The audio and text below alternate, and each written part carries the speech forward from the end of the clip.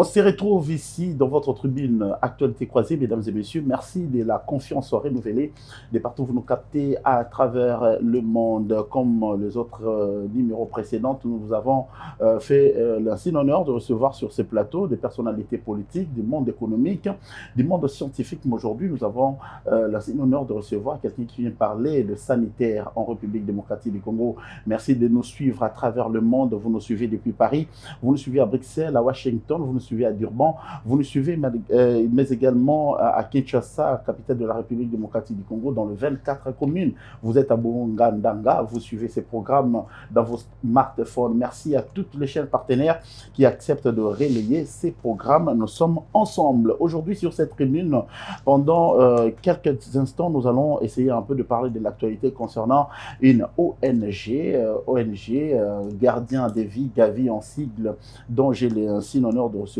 sur ces plateaux monsieur Olivier Kana, qui est médecin aussi professionnel des santé. Docteur Olivier, bonjour et bienvenue. Bonjour. Vous vous sentez bien? Plutôt, ça va. On a l'air de vous voir pas dans votre... Vous n'êtes pas habillé dans votre blouse, dans votre chemise. Donc vous n'exercez pas la profession aujourd'hui. Non, mais la profession médicale n'est pas que clinique. Ça, c'est une précision de taille qu'il faudrait faire.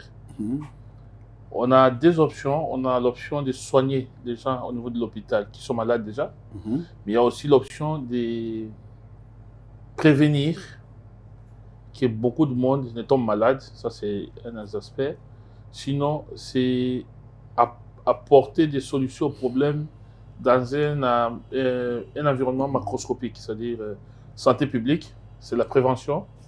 C'est les politiques sanitaires qui sont conçues et implémentées pour que les gens tombent de moins malades, et ceux qui tombent malades aient des soins de qualité où les autres confrères exercent au niveau des cliniques et le centre hospitalier ou le centre médical de façon générale. Alors aujourd'hui, le serment d'Hippocrate, hein, c'est comme ça que vous le qualifiez, vous le professionnel de santé, ça symbolise quoi, tout en étant pas en toge, mais en chemise? Vous exercez la profession. Non, mais c'est ce que je viens de dire. Là, il faut dire que le médecin a trois rôles. Il a le rôle de guérir parfois, parce qu'on ne guérit pas toutes les maladies. Quand quelqu'un, par exemple, a un cancer qui est à stade avancé, ce n'est pas très certain qu'on va le guérir. On va probablement passer au deuxième rôle, qui est celui de soulager, souvent, c'est-à-dire on soulage les gens pour ceux qui ont un problème. Mais ce qu'on doit faire toujours, c'est réconforter, apporter du réconfort. Et ça, c'est dans les trois rôles. Et l'Hippocrate, qui est notre ancêtre dans les domaines, n'a pas que guéri les cas. Il a écrit beaucoup. Il n'avait pas écrit que les serments d'Hippocrate. Il a écrit aussi les testaments d'Hippocrate. Testament d'Hippocrate. Il a écrit beaucoup d'autres où il a parlé de la prévention. C'était parmi les premiers qui en ont parlé un peu. Quand il fallait recommander les gens de quoi boire, quoi manger. Il y a même un adage clair qui dit que votre nourriture soit votre premier médecin. Ça veut dire que la médecine n'est pas que curative. Il faut dire que quand quelqu'un arrive à l'hôpital malade, ça veut dire qu'il a déjà raté tout ce qui était comme les mesures préventives. Pour qu'il ne tombe pas malade, il l'obligeait à aller à l'hôpital. Et moi aujourd'hui, évidemment, après une dizaine d'années, je me suis reconverti un peu plus dans la santé préventive. Donc je fais la santé publique, où je suis dans la conception de projets et la mise en œuvre de ces projets-là de santé, en tenant compte des problèmes majeurs de notre société pour répondre aux besoins de la société et aller vers la prévention des problèmes de santé. Sinon, solutionner à grande échelle ces problèmes-là, qui est de soigner l'individu, nous soignons les communautés, les tribus, les familles et les pays, dans ce qu'il y a comme des problèmes de santé. Aujourd'hui, les grands publics qui vous découvrent, peut-être on vous découvre dans vos installations. Aujourd'hui, ceux qui sont disséminés à travers le monde vous voient dans leurs petits écrans, dans leurs smartphones. Ils aimeraient savoir Olivier Kana, c'est qui? Alors, Olivier Kana. Olivier Kana, c'est qui?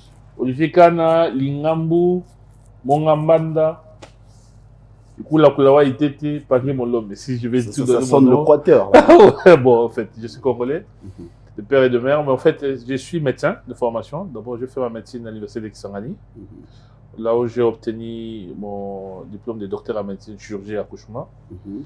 Et j'ai exercé la clinique pendant une dizaine d'années. Après, je me suis spécialisé dans d'autres domaines, notamment médecine de famille et soins de santé primaire, ici à l'université Protestant au Congo, avec un programme de médecine de famille. Et je fais d'autres formations sur aide humanitaire et coopération internationale. Après, j'ai fait un master en santé publique à l'université de Lorraine, à Nancy, à Paris. Donc, si je peux me résumer, donc, je suis médecin congolais avec une expertise variée, notamment aujourd'hui dans le domaine de santé publique. Donc, je suis un expert en santé publique. Alors, en vous prenant, en vous saisissant, hein, en prenant ce que vous avez dit tantôt, vous êtes médecin, vous êtes spécialisé plus dans la prévention. Alors, parlez-nous un peu de votre expérience en tant que docteur, médecin. Alors, quand je finis mes études, je suis allé travailler au plus profond de notre pays. Je ne sais pas si vous connaissez Mumbere. Mumbere, c'est vers le Haut-Touélé, là où il y a les peuples pygmées. Et là, je fais la clinique. Je fais la clinique, mais en même temps, on donne les préventions et la promotion de la santé. Donc, le paquet complet des soins de santé primaire, comme on les appelle. Et de là, je suis revenu à Kinshasa où je me suis installé comme médecin. J'ai été assistant clinique et responsable des cliniques des Anges. Des Anges, oui. Avec le professeur Modia. Que vous connaissez sûrement, le gynécologue. Et je suis resté travailler avec lui pendant environ 4 ans. Et de là, je suis parti travailler à Moncolé, centre hospitalier Moncolé. J'étais médecin polyvalent, je faisais un peu de la médecine générale. Je suis devenu médecin responsable des services hôpital du jour et consultation ambulatoire. Donc j'ai contrôlé tout ce qui était la qualité des soins qui étaient offerts aux différents patients qui venaient à Moncolé pour les soins en ambulatoire. Mais je ne me suis pas arrêté là. Dès là, je suis entré dans les mondes humanitaires et je me suis spécialisé dans la lutte contre le VIH.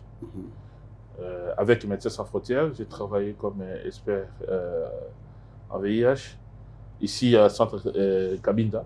Cabinda, oui. Après, j'ai fait la formation au niveau... En fait, j'accompagnais les structures de santé de l'État. C'est là où j'ai eu la passion pour aller vraiment dans la santé publique. Les médecins de l'État à qui on apprenait comment bien prendre en charge les cas de VIH et en stade avancé, notamment dans la mer Alpha de Ngaba, oui. Mais bref, et de là, je suis parti en international comme expatrié, notamment à Guinée-Conakry, en République centrafricaine. Et puis, je me suis décidé de rentrer au pays tout en terminant mon parcours de master à Nancy, à Lorraine. Et depuis 2020, je suis revenu vraiment travailler au Congo, d'abord comme employé chez Corded, où j'ai géré les activités de lutte contre le VIH d'abord. Après, j'ai géré le projet Fonds mondial pour le Covid, quand Covid a commencé. Et puis à la fin de ce projet, je suis rentré vraiment pour lancer l'œuvre qui est... on va parler... Nous allons en parler. Alors aujourd'hui, vous êtes spécialisé dans le virus VIH-Sida. Oui, entre autres. Comment vous avez vu l'avancée de ces virus, ou soit la régression de ces virus en République démocratique du Congo? Il faut parler des statistiques et de traitements. Bon, il faut dire que nous, la RDC, nous sommes toujours un pays qu'on considère comme l'épidémie est généralisée. Ça veut dire que il y a une disparité des cas dans une population générale, bien qu'aujourd'hui on identifie quelques poches ou quelques catégories qui sont indexées comme les véhicules de l'épidémie.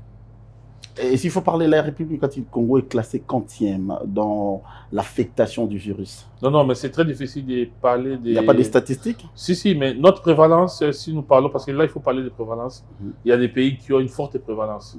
Attention, notre prévalence pourrait être diluée par rapport au nombre de la population. Nous sommes quand même à plus de 100 millions d'habitants. 100 millions d'habitants, oui. Ben voilà, il y a des pays qui sont à 7%, voire 10%.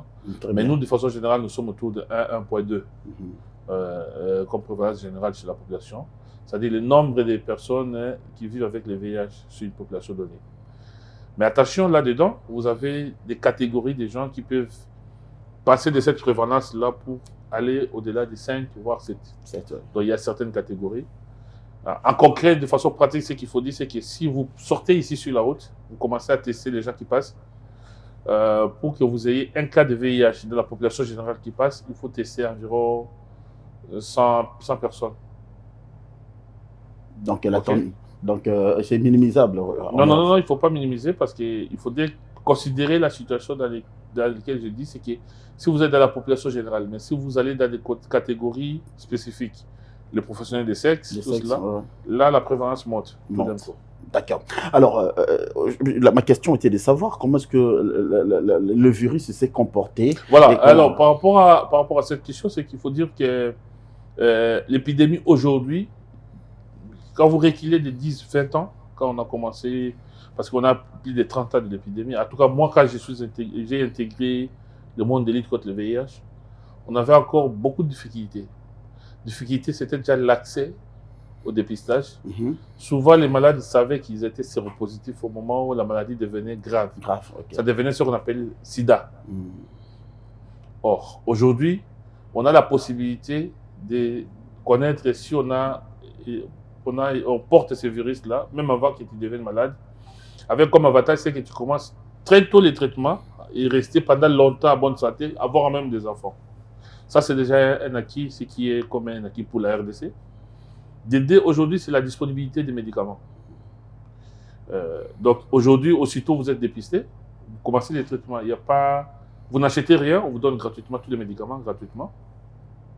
Mais il y a un autre avantage qui est important que j'ai omis, c'est qu'aujourd'hui, tu peux toi-même avoir la possibilité, sans aller chez un médecin, avoir ce qu'on appelle l'autotest, faire avec la salive, avoir un résultat qui vous aurait dit peut-être que je pourrais avoir le virus, aller voir un médecin, une structure de santé pour confirmer l'infection. Et en dehors de ça, si vous n'êtes pas porteur et que vous pensez que vous avez un risque, que vous pouvez avoir des rapports sexuels non protégés avec un partenaire occasionnel, c'est qu'on n'encourage pas. Vous avez aujourd'hui tout un autre arsenal de protection qu'on appelle la PrEP, la prévention pré-expositionnelle. Ça veut dire quoi? C'est que si moi, qui suis un homme, j'ai des rapports sexuels avec une personne séropositive et que je ne me suis pas protégé en mettant un préservatif, si je prends ces médicaments, je ne serai pas infecté. Voilà les avancées qu'il y a. Ça, c'est déjà ici chez nous. Et pour les malades qui sont séropositifs, il y a les médicaments, il y a la possibilité de contrôler de façon périodique que ces médicaments-là ont un effet efficace et qui restent encore en bonne santé pendant longtemps. Voilà, de façon générale. Donc aujourd'hui, s'il faut dire, l'Organisation mondiale de la santé lutte pour l'éradication stricte de cette maladie. Les avancées sont... Les avancées sont très, très, très importantes, mais il y a une chose que je voudrais tout de suite aborder, c'est que le virus de VIH est souvent ensemble avec d'autres maladies qui ont les mêmes voies de contamination, notamment les voies sexuelles, par préférence. On a une sorte de tendance inversée, c'est que pour le VIH, on a beaucoup évolué dans tout ce qu'il y a comme mesure pour la lutte. Mais pour l'hépatite B, par exemple, l'hépatite C et syphilis, on est en train de régresser, on n'a pas les moyens. Il n'y a qu'à sortir pour voir le nombre de financements qui arrivent. Pour le VIH et zéro pour les autres. Alors, les pays qui financent, les bailleurs de fonds qui financent, ils ne veulent pas financer. Pour quelles raisons? Non, ce n'est pas qu'ils ne veulent pas, c'est que c'est un problème qui est juste oublié ou ignoré.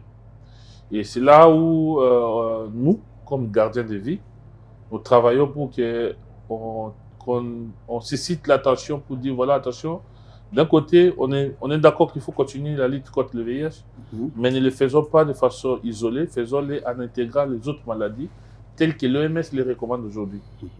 C'est ce qu'on appelle notre triple élimination. Alors, au-delà de toutes ces prouesses que vous avez fait montre dans votre parcours professionnel, voilà né Gardien des Vies. Gardien des Vies qui s'est spécialisé dans plusieurs domaines. Vous parlez de la santé, vous parlez de l'éducation, de l'environnement, de l'agropastoral. Alors, de manière assez globale, Gardien des Vies, pourquoi? Pourquoi Gardien des Vies? Alors, une belle histoire, une belle... aventure qui a commencé, qui a pris un débit depuis 2018, le 2 juin. On a beaucoup réfléchi, et c'est surtout dans la lutte contre le VIH. On a eu des familles qui avaient des cas très complexes. Personnellement, j'ai suivi un monsieur qui était très malade, qui était déjà défini comme mourra dans quelques jours. Et même sa famille n'avait plus d'espoir. Et quand nous l'avons pris en charge, on l'a suivi. Au bout de 3 mois, il était revenu tout en santé, il allait bien et puis il a revenu toute sa vie. Alors là déjà, nous, avec les autres amis, on a réfléchi pour dire, voilà, est-ce qu'on ne pourra pas mettre en place une structure qui peut initier certains projets qui correspondraient à nos besoins de pays, tout en restant dans une approche de chacun il peut être employé, il fait son boulot, et que quelque temps on peut se donner un peu de l'énergie pour contribuer à pour le bien de notre population. C'est ainsi qu'on a créé l'organisation de vie. Quand on l'a créé, on ne savait pas qu'est-ce qu'il devait être comme nom. Et c'est cette famille-là. Et vous l'avez créé en quelle année? 2018. 2018. Le 2 juin 2018. Quelques temps avant la création, on discutait. Et l'un des enfants de ses papas, il dit, mais docteur, vous êtes le gardien de vie. Vous gardez la vie, vous avez gardé la vie. C'était une inspiration comme ça, c'est sorti d'un patient. Les principes étaient connus, mais le nom est parti de là. Et j'ai salué à passage Madame Karine Barobang, qui était témoin de tout ce qu'on a fait à l'époque. Donc, c'est comme ça qu'est né le nom de gardien de vie. Et depuis 2018, nous sommes fixés 4 axes d'intervention. Essentiellement la santé, comme ligne principale, mais avec une approche qu'on appelle la charte d'Ottawa. La charte d'Ottawa qui a été définie comme étant une approche holistique des soins qui intègre les leviers importants qui impactent la santé. Et parmi ces leviers, nous on a identifié 3 autres qui font la partie des 4 axes de notre projet ou notre ONG. Donc il y a la santé comme centre, mais il y a les questions liées à l'agriculture et à l'environnement. Si on ne mange pas bien, on tombe malade. Je vous dis, souvenez-vous que je vous ai cité notre Hippocrate qui disait que votre nourriture soit votre premier médecin. Et donc, l'autre axe, c'est la santé et l'environnement. Donc, nous voulons des interventions qui promeuvent la nourriture saine et un environnement sain. Donc, là, nous initions des projets là-dessus, adoptant la population de moyens pour avoir une bonne nourriture saine, en initiant des projets agro-pastoraux. Ça, c'est l'axe agro-environnement. En dehors de cela, il faut éduquer la population. Une population qui doit savoir les risques qu'elle court et les avantages qu'elle a si elle adopte un mode de vie qui est autre. C'est comme ça qu'on a choisi aussi l'éducation comme 3e axe, en dehors de la santé, l'agriculture, l'environnement. Et enfin, une population qui est opprimée, une population qui ne vit pas avec une certaine liberté, établie sur base des lois et des règlements de pays, elle n'est pas en bonne santé. C'est comme ça qu'on a intégré l'aspect genre et droits humains. Donc, en clair, c'est que notre ONG a 4 axes. Il y a la santé, l'agro-environnement, l'éducation, genre et droits humains. Alors, santé, droits humains, éducation, et puis santé. Genre et droits humains. Genre et droits humains. Et éducation et agro-pastoral. Dans les 4 secteurs, qu'est-ce qui évolue le mieux maintenant? Bon, en fait, on ne dirait pas qu'il y a. On a tendance, quand ces 3 secteurs ne marchent pas, c'est seulement la santé. On a des activités. Par ailleurs, certaines activités ça dépend des leviers. Nous, en intervention promotion de santé, on dit qu'il y a des leviers sur quoi nous devons travailler. Très bien. La santé reste notre épicentre, en fait. C'est notre action principale par essence, parce que nous sommes des médecins. Très bien. Mais nous épinglons les activités des autres secteurs, comme je l'ai dit. Et pour répondre à votre question, qu'est-ce qui marche? La santé marche parce qu'on a des projets de santé. Mais on a aussi des projets de l'agriculture et agro-pastoraux. Notamment, nous avons toute une ferme où nous élevons les porcs avec possibilité de produire de la viande de bonne qualité pour la population. qu'on donnera à un prix rabais et ça permet à ce qu'on ait l'autofinancement en interne. Mais en dehors de cela, nous initions des projets des sémenciers où on distribue les semences. Moi, j'ai une partie de chez moi qui est les agriculteurs, donc on distribue les semences chez nous. On donne les statistiques de l'agriculture, mais une agriculture qui répond aux normes. Et du côté éducation, jusque-là, ce qui est fait, c'est que nous appuyons l'éducation, la scolarisation, sinon la formation au niveau académique. On a eu l'année dernière, on a eu des étudiants qui ont fini sous la bourse des gardiens de vie à l'université de Kisangani. Ok. L'un a fini en psychologie, l'autre il a fini en fait son premier cycle il a fini en chimie, biologie à l'université de Kisangani. On a des étudiants qui sont doctorants, qui nous appuyons une bourse pour la thèse. Il est doctorat en gynéco-obstétrique. Et puis il y a l'autre qui était étudiant en master en santé publique qu'on a aussi appuyé. On trouve des bourses pour eux pour qu'ils étudient avec nécessité quand vous terminez, vous travaillez pour garder de vie, vous restez dans votre communauté. Ça, c'est la charte que vous avez fait signer. Ce sont des engagements qu'ils prennent comme leur contribution. D'accord. Et qu'ils contribuent aussi pour les autres. Alors, aujourd'hui, gardien des vies, d'après une certaine indiscrétion, pas indiscrétion, d'après nos enquêtes, vous êtes en train de piloter destiné d'un projet MAGFA. Ah oui, parce que... Projet MAGFA. Alors, où en sommes-nous avec ce projet? Oui, je n'ai pas parlé des secteurs de santé. C'est là où on a plus évolué. On a eu un premier projet à l'époque, c'est pendant Covid. C'était un projet de sensibilisation communautaire. Très bien. Après ce projet, nous avons eu des autres projets où un projet était sur le dépistage de masse de maladies gynécologiques à Kisangani, au Bazuélé. Et là, nous avons évidemment un projet qui a débuté en 2025, mais qui court jusqu'à 2027, avec deux autres partenaires européens. Le bailleur, c'est l'Union européenne. Et le projet s'appelle MAGFA. C'est un consortium qui est implémenté à la fois au sein de la République démocratique du Congo, il y a en Côte d'Ivoire, en Nairobi et puis en France. Les parties prenantes, il y a en RDC évidemment, c'est Gavi, donc Gardien de Vie qui pilote le projet. En France, il y a Magia Diagnostic qui est une firme commerciale qui fabrique un lecteur qui permet à faire les diagnostics de ces maladies dont j'ai cité ici, à l'aide d'une goutte de sang. Et puis l'Institut Pasteur qui nous accompagne dans tout ce qu'il y a comme l'écriture et publication scientifique. En Côte d'Ivoire, il y a des structures qui sont en train de travailler pour la partie laboratoire et à Nairobi aussi pour l'industrialisation. Donc c'est un projet de 3 ans. Avec une enveloppe un peu consistante, je ne vous dirai pas le montant. Des montants, oui. Et pourquoi vous avez peur de dire des montants? Ça peut toucher certaines sensibilités? Non, mais c'est un projet. Et voilà, si les gens ont besoin de détails, ils peuvent le constituer. Il y en a dans notre site. Dans votre site. C'est juste qu'on veut capitaliser un peu le temps qu'on a. Et le projet a démarré pour la partie RDC depuis le 1er janvier 2025. Très bien. Oui. Alors aujourd'hui, quels sont les publics cibles de ces projets? Alors, le projet pour la partie RDC, ça s'appelle Magic Mam. Nous sommes en train de faire les dépistages des VIH, hépatite B, hépatite C et syphilis avec une seule goutte de sang. Très bien. Pour 7500 femmes.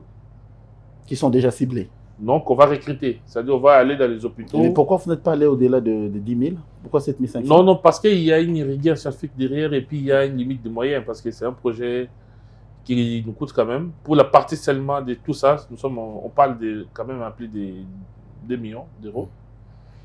Et donc, ce projet consiste à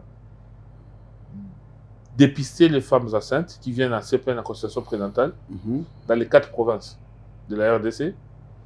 Et ces femmes-là qui seront dépistées, pour toutes celles qui seront malades ou porteuses de l'un de ces 4 maladies, seront prises en charge totalement pendant toute la période de projet jusqu'à la naissance de l'enfant.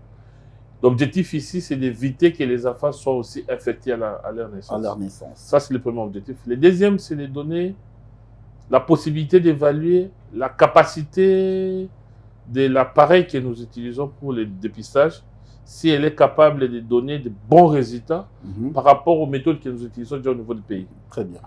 Et à plus long terme, c'est d'aider les pays à se doter à la fois des données de bonne qualité pour l'hépatite, par exemple, il n'y en a pas, et syphilis, de très bonne qualité de données qui peuvent être utilisées pour définir les politiques sur le long terme pour le pays. Et l'une de ces politiques serait, par exemple, de doter les pays à ces dispositifs-là comme un outil de dépistage contre les maladies. Il y a l'hépatite, il y a le VIH et syphilis, qui permet, en dehors du fait qu'on lutte contre le VIH et ces maladies, mais ça permet au pays, par exemple, d'avoir la qualité des sang de transfusion de bonne qualité. Vous savez, par exemple, que chez nous, nous avons beaucoup de cas de drépanocytose. Drépanocytose, oui. Pour avoir travaillé à Mokole, je connais, c'est une ligne de structure qui fait la prise en charge de ces cas avec le professeur Chilolo. Et parmi les besoins que les malades ont, souvent, quand ils ne sont pas bien pris en charge de façon préventive, c'est qu'ils ont besoin de transfusion. Et pour transfuser les sangs, il faut qualifier ces sangs-là. C'est-à-dire qu'il faut être en mesure de dire que ces sangs ne portent pas les germes de VIH, oui. hépatite B, hépatite C et syphilis. C'est le minimum qui est recommandé. Mais il y a beaucoup d'autres examens qui sont faits. Mais au moins 4 là, il faut que vous puissiez les exclure. Mais pour des raisons économiques, pour des raisons de difficultés logistiques et de disponibilité des moyens de dépister ces maladies-là, parfois on ne les fait pas. Et ce qui fait qu'au niveau du pays, on n'a pas la possibilité d'avoir du sang frais dans n'importe quel coin quand il y a besoin. Une femme qui accouche et qui a été opérée de césarienne, chez qui il faut transfuser, parfois elle meurt parce qu'il n'y a pas seulement de sang. On a des banques de sang partout. Oui, mais c'est à Kinshasa. C'est à Kinshasa qu'il y a ces banques de sang. Mais à l'intérieur, parfois, il n'y a pas. Et même à Kinshasa, parfois, vous allez arriver dans des banques de sang. Il y a des manques. Il y a des manques de sang parce qu'il faut faire de très grandes campagnes de recrutement pour avoir les sangs. Et pour faire ça, il faut avoir les intrants de dépistage. Parfois, il n'y en a pas. Et nous, ici, nous avons une opportunité avec ces lecteurs qui a une autonomie. Il peut faire à la fois des malades en une fois, donner les résultats en moins de 8 minutes. Donc, ce sont des opportunités que nous donnons au pays. Peut-être une question de curiosité par rapport aux banques des sangs. Est-ce qu'aujourd'hui, par rapport à l'avancée de la technologie, on ne peut pas créer le sang, plutôt d'avoir les sangs humains? C'est une question de curiosité. Oui, mais bon, pour que les banques ne manquent pas. Vous savez, la technologie, elle évolue très rapide, mais elle est aussi d'accès pas facile pour les pays en voie de développement, les pays du Sud comme le nôtre. Je ne sais pas répondre avec précision, je ne suis pas hématologue, mais je sais qu'aujourd'hui, même dans les pays développés, on continue à recourir encore aux dons du sang.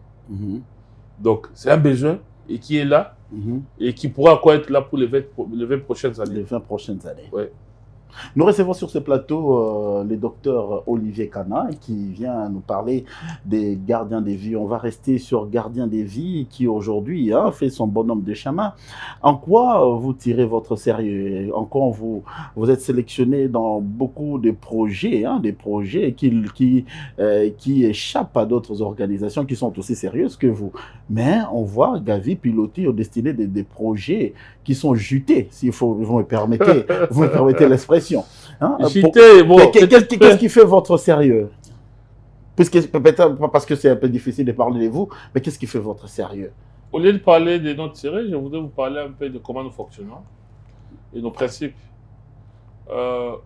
D'abord, la plupart des gens en fait, les membres de Gavi sont tous employés ou ils avaient déjà leurs engagements professionnels avant. Très bien. Donc, venant dans les Gavi, construire Gavi, ce n'était pas vraiment pour raison de chercher un emploi, mais c'était une passion, donner le meilleur des choix pour sa population, en faisant profiter au pays de notre expertise et de notre expérience. Je vous ai décrit comment j'ai évolué. Je suis passé dans des grandes maisons. Vous voyez, un pays, une organisation comme Médecins Sans Frontières. Je travaille dans des projets avec Fonds Mondial. Donc, nous avons accumulé comme ça, chacun dans son domaine, une grande expérience. Et cette expérience, nous l'avons mise ensemble, chacun de son côté, pour que nous construisions un benchmark ou un modèle qui peut servir demain. Mais on n'est pas sorti de nulle part. On s'est inspiré de ce que les autres ont fait. Et nous essayons de faire notre part en mimant ce qui est bien ailleurs et en ajoutant notre partie. Mais se construisons aussi un petit réseau, en interne comme en international. Et voilà, je pense que c'est un peu ça la recette. Et chaque fois que nous avons des financements, ce n'est pas pour que ça aille dans nos poches, mais c'est pour que nous mettions en œuvre les activités et que nous ayons des résultats, nous soyons en mesure de garder notre redevabilité. Au moment venu, on se dit voilà ce que nous avons réussi, voilà ce que nous avons fait, voilà les résultats. Et ça, je pense que c'est... Et puis, il y a Dieu. Il y a Dieu dedans. Et à part Dieu, à part le sérieux que vous faites, montre l'État congolais dans le secteur sanitaire, le ministère de la Santé vous accompagne en quoi? Vous êtes une ONG? L'État congolais, on ne peut rien faire au Congo. Vous ne pouvez pas créer une ONG, vous ne pouvez pas travailler comme une ONG si vous n'avez pas l'autorisation. Les autorisations d'ailleurs, je ne parle même pas d'une ONG. Ça c'est sûr. Vous êtes... Et nous, comme nous sommes dans les 4 secteurs, donc nous devions avoir, chaque fois que nous voulons œuvrer dans un secteur, obtenir toutes les autorisations. Il y a un accompagnement sérieux du gouvernement? Oui, bien sûr. Bien sûr, ils nous accompagnent et nous participons, nous sommes des partenaires du gouvernement. Très bien. Aujourd'hui, au-delà de notre projet que nous mettons en œuvre, on appuie le gouvernement, certains programmes du gouvernement. Voilà, il y a le programme de lutte contre le VIH qui vient de faire sa revue annuelle à Mwanda. Garvey a appuyé. Et peut-être je ne pourrais pas dire ce qu'on a fait, mais on a fait ça. Nous appuyons le programme de lutte contre les hépatites. On va célébrer très bientôt la journée internationale de lutte contre les hépatites. Gavi va appuyer ça parce que ça fait partie des axes des interventions de Gavi aujourd'hui. Et on ferait ici pour... Nous sommes en train de vouloir mettre en place un appui pour un hôpital de la zone de Saté à Limbongo, à l'intérieur où l'hôpital a connu un incident, il y a eu un incendie. Et nous sommes en train de vouloir faire des petites réhabilitations pour rendre l'hôpital encore opérationnel. Donc, on se positionne pour être du côté de la solution et non des problèmes. Oui. Alors aujourd'hui... Parce que notre principe reste le même. Notre slogan, c'est améliorer les vies, plutôt préserver les vies, améliorer le quotidien. Préserver les vies, améliorer le quotidien, c'est le slogan des gardiens des vies, Gavi en sigle, hein, comme vous le voulez. Alors aujourd'hui, nous parlons aussi de l'actualité. Hein, vous connaissez, le choléra est en train de battre son plein. C'est d'ailleurs, on a vu le ministre de la Santé, Roger Kamba, faire la ronde de médias. On a eu le privilège de participer dans sa conférence de presse pour essayer de poser certaines questions. Vous gardez des vies, choléra, c'est une maladie qui tue. Alors, comment Gavi compte appuyer l'État congolais par rapport à ces fléaux qui dérangent déjà?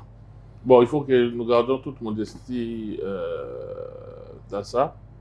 Et notre principe, parfois, c'est de ne pas trop embrasser pour ne pas bien étreindre. Qui trop embrasse, mal étreint.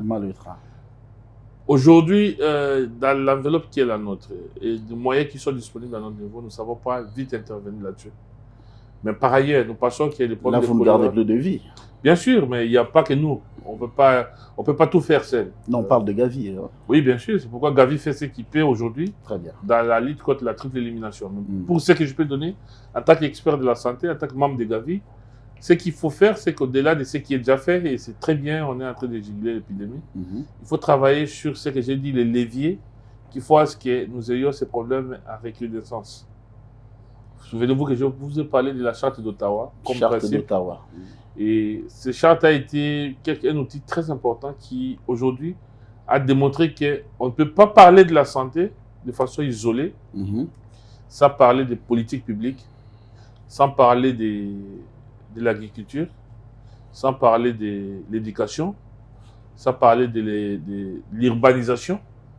Et tous ces domaines-là font à ce que, d'une manière ou d'une autre, il y a une intrication entre ces domaines et la santé. Et notre recommandation en tant que gardien de vie, dans ce cas d'espèce de votre question, c'est de dire, allons vers l'éradication du choléra. On a des grands experts ici. La RDC fait partie des pays qui ont de l'expertise pour ce domaine. J'en connais un avec qui nous avons eu des échanges pendant mon cursus. Il est professeur de l'université de Kinshasa. C'est un expert en choléra. Et pourquoi il y a toujours des urgences? Oui, mais il a mis en place tout un plan pour l'éradication du choléra que nous pouvons utiliser comme pays et puis résoudre ce problème-là. Il faut juste que les gens, et moi y compris, nous gardiens des vies, faire des plaidoyers pour qu'on arrive à avoir des financements s'il le faut, sinon l'attention de l'autorité, pour implémenter, c'est au-delà de la phase d'urgence qu'il y a, il faut aller vers le... Et c'est ça notre philosophie. Nous ne voulons pas faire la poudre de perlimpinpin, faire des choses juste. C'est d'aller dire pourquoi ça revient. Avons-nous des solutions durables? Comment il faut les appliquer? Est-ce qu'il y a besoin de faire ce qu'on appelle les recherches-actions? Identifier un problème, analyser, écrire un projet, avoir des financements, implémenter, avoir les résultats probants, et de là publier ou faire des plaidoyers maintenant pour dire voilà, nous avons des résultats avec ça. Voilà ce qu'il faut mettre en place comme les moyens. On lutte contre le sida, on est en train de mettre l'œil sur le choléra, mais vous avez à l'époque piloté au destiné aussi d'une maladie que vous avez éradiquée, la Covid-19. Mais aujourd'hui, on parle de la Mpox. Vous êtes professionnel de santé, comment vous voyez la gestion de cette maladie? Alors, Covid n'est pas éradiqué, faites très attention, et ça c'est pour moi l'occasion en tant qu'expert de santé, de continuer à recommander les mesures de prévention qui sont générales pour toutes les maladies comme on appelle les maladies. La Covid n'est pas éradiquée. Bon, je ne veux pas créer le polémique, mais Covid, c'est devenu une maladie chronique. Évidemment, ce n'est plus des épidémies comme ça. On a des cas de Covid jusqu'à aujourd'hui. Pour ceux qui travaillent, les médecins, tout ça, ils le savent. Alors, pour répondre à votre question qui était celle de savoir si Mpox, c'est comment oui, la gestion de ces deux, parce que vous étiez pendant la Covid. Non, mais Mpox, c'est très bien géré. Mpox est très bien géré. Il y a des financements aujourd'hui. Il y a beaucoup de recherches qui sont faites.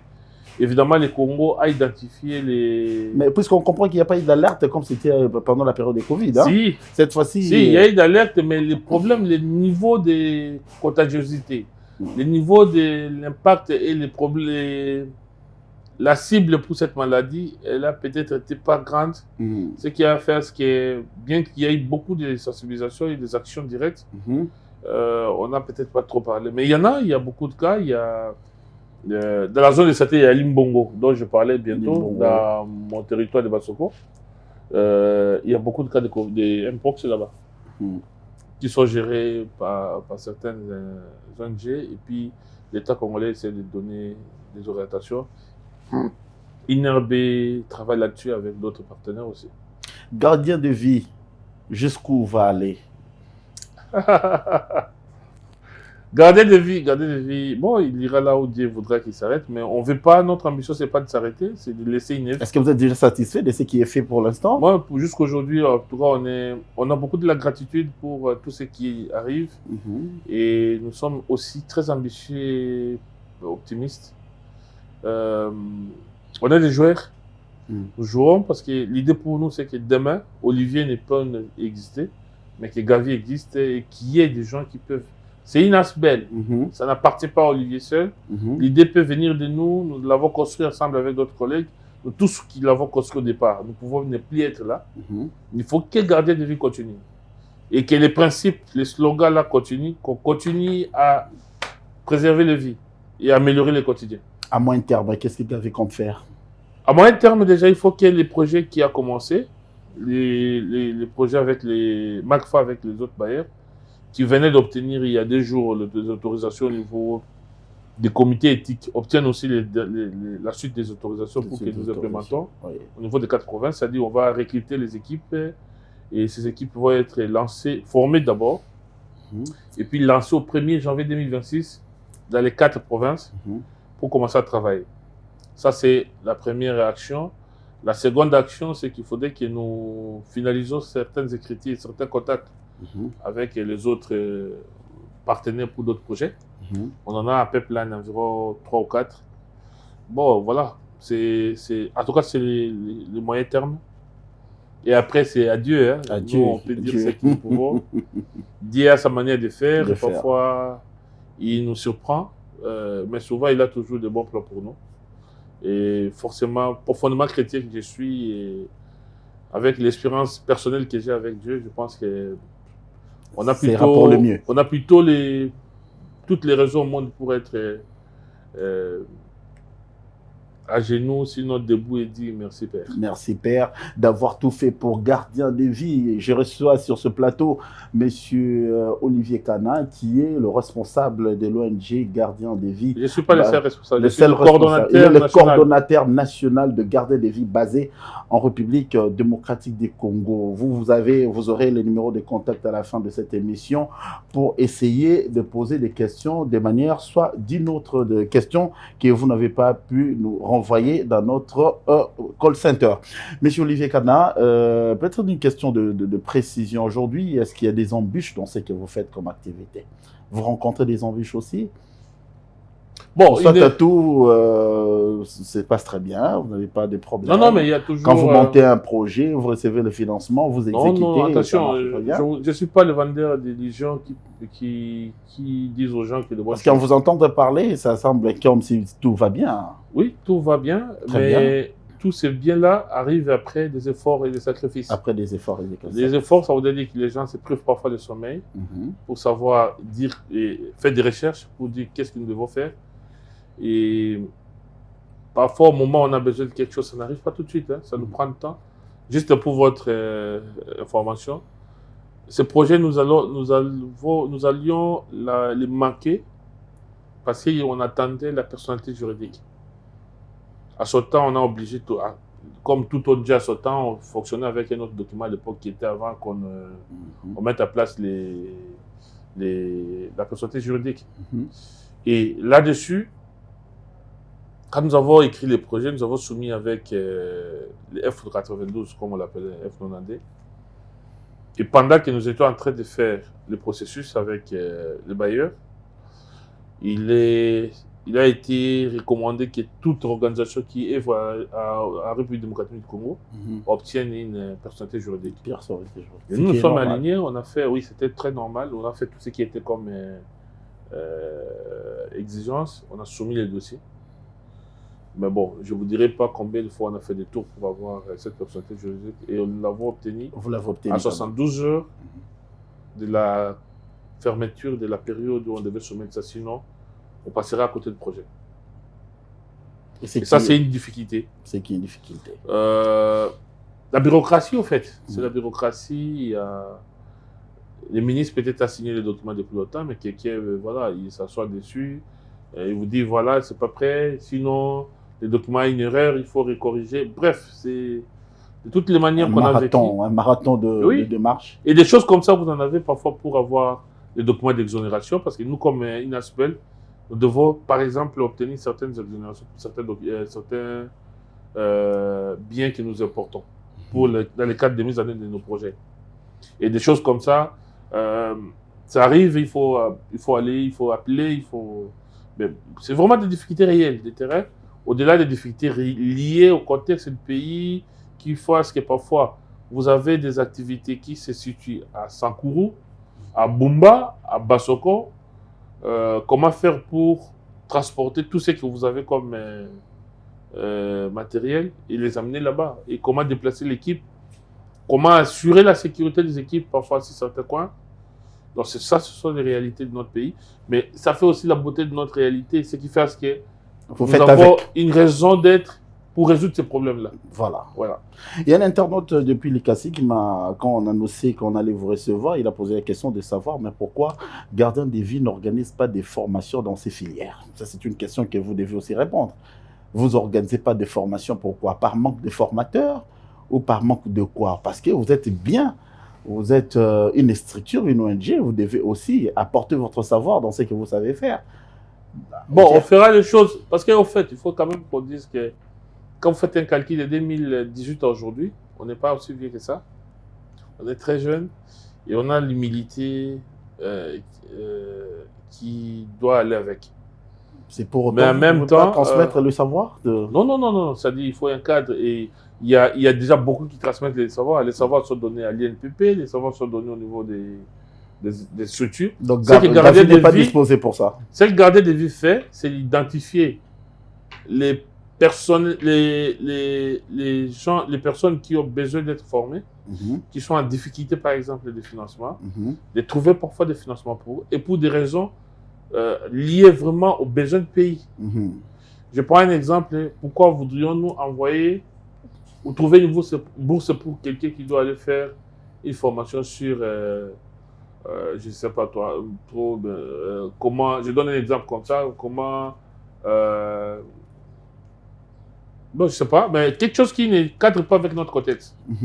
Moi, je ne peux pas former quelqu'un, par exemple, ou financer les formations de quelqu'un pour aller faire une formation où il va être utile, non pas pour la RDC, mais il sera utile pour la France, pour la Russie. Là aussi, ouais.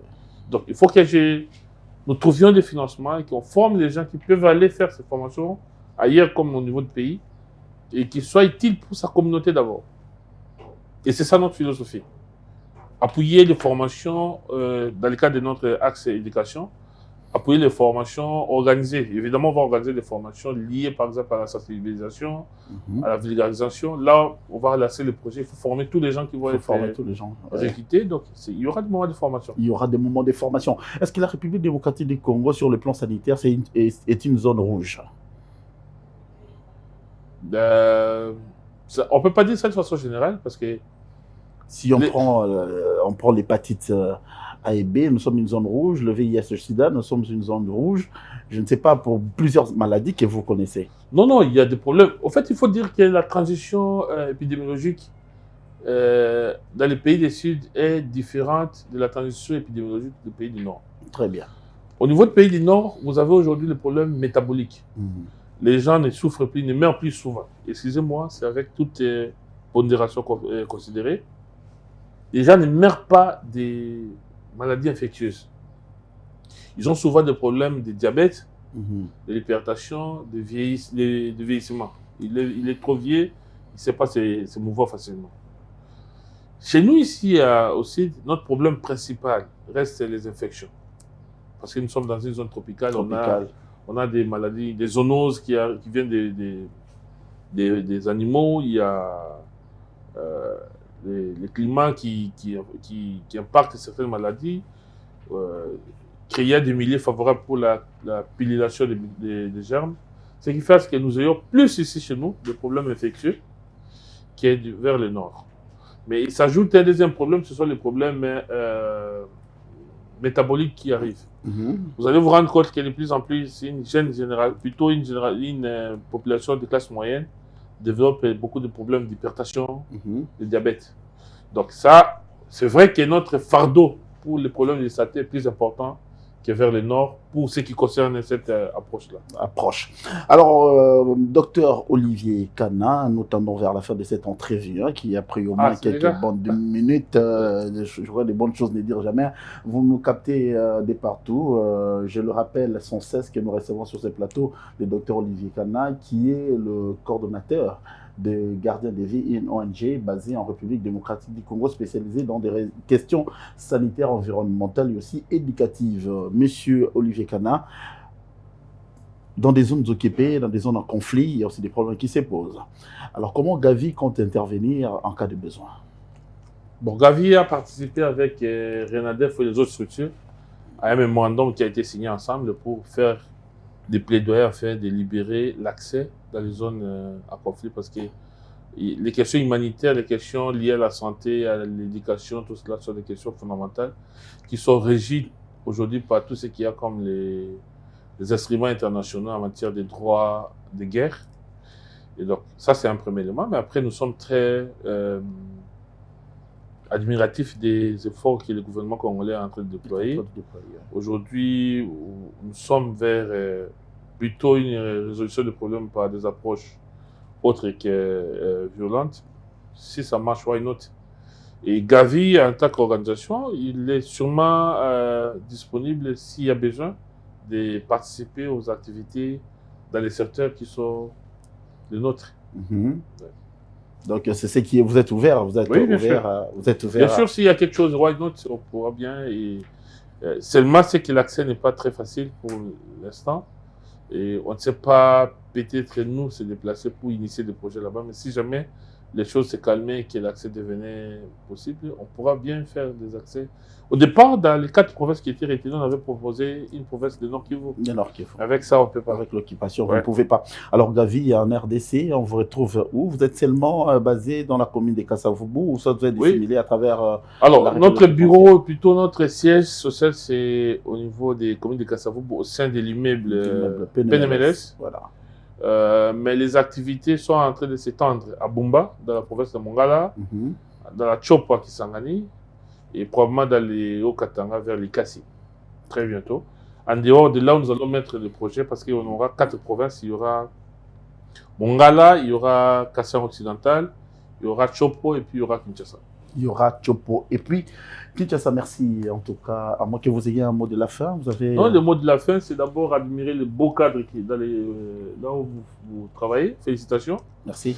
Et vous dire encore que nous sommes toujours disponibles parce que pour nous, c'est au-delà de nos exigences, au-delà de nos charges. Si jamais il y a des temps pour échanger sur les questions qui sont de notre domaine, et avec toute modestie, on ne pourra pas rater l'occasion. C'est vraiment Gardien de Vie vous dit merci pour votre... Vous nous accompagnez depuis, hein? Depuis vous êtes longtemps. avec nous. Merci beaucoup. Est-ce qu'aujourd'hui la politique a la même mise sur les activités des ONG en République démocratique du Congo? Peut-être une question dans 30 secondes. La même mise, oui, la politique... Ça dérange? Non, non, non. Si la politique marche mal, vous aussi vous marchez mal? On peut dire ça de façon générale, mais aujourd'hui, dire que la politique a une influence et nous empêche de faire nos activités, non. On le fait bien. On vient plutôt en appui au système public établi. Ça veut dire que nous sommes des partenaires, comme je l'ai dit tantôt. Donc, il n'y a pas... Jusque-là, on n'a pas de problème. Merci, docteur Olivier Kana, qui nous a prêté quand même quelques minutes d'échange à bâton rompu, de comprendre quelles sont les activités qui mènent Gardien de Vie en République démocratique du Congo, une ONG spécialisée dans le domaine sanitaire, éducatif et aussi environnemental. Vous aurez toujours l'amabilité de comprendre ce que l'ONG est en train d'exercer comme activité en République démocratique du Congo. Restez scotchés, restez toujours en contact avec nous. Est-ce qu'on peut avoir un numéro de contact pour vous? Alors, mon numéro de contact, c'est le 085 085 86 86 38 38 026. 026. Vous pouvez répéter? 85 86 38 026. Vous avez le numéro. Si vous êtes en dehors du pays... merci de faire plus le WhatsApp que d'appeler. Faites plus de WhatsApp. La nouvelle technologie est ouverte à travers le monde. Faites plus de WhatsApp. Contactez Gardien de Vie. Vous aurez des réponses à vos questions. Mais nous avons aussi notre site. Hein, c'est www.gardiendevie.org. Voilà, ça sera affiché au bas de l'écran. Vous allez voir le site de Gardien de Vie. Vous nous avez suivis de partout à travers le monde. Aujourd'hui, plutôt de parler des questions politiques comme on a l'habitude, on a ici sur cette tribune un professionnel de santé qui a parlé de la structure ONG Gardien de Vie, mais également de toutes les questions sanitaires qui concernent actuellement la République démocratique du Congo. Vous avez compris l'argumentaire de Gardien de Vie sur la gestion de VIH-Sida, de l'hépatite, de Mpox, de choléra qui fait sensation en RDC. D'ici là, portez-vous bien. On se retrouve prochainement dans un nouveau numéro, toujours dans votre magazine Actualité Croisée. D'ici là, portez-vous bien. Ciao.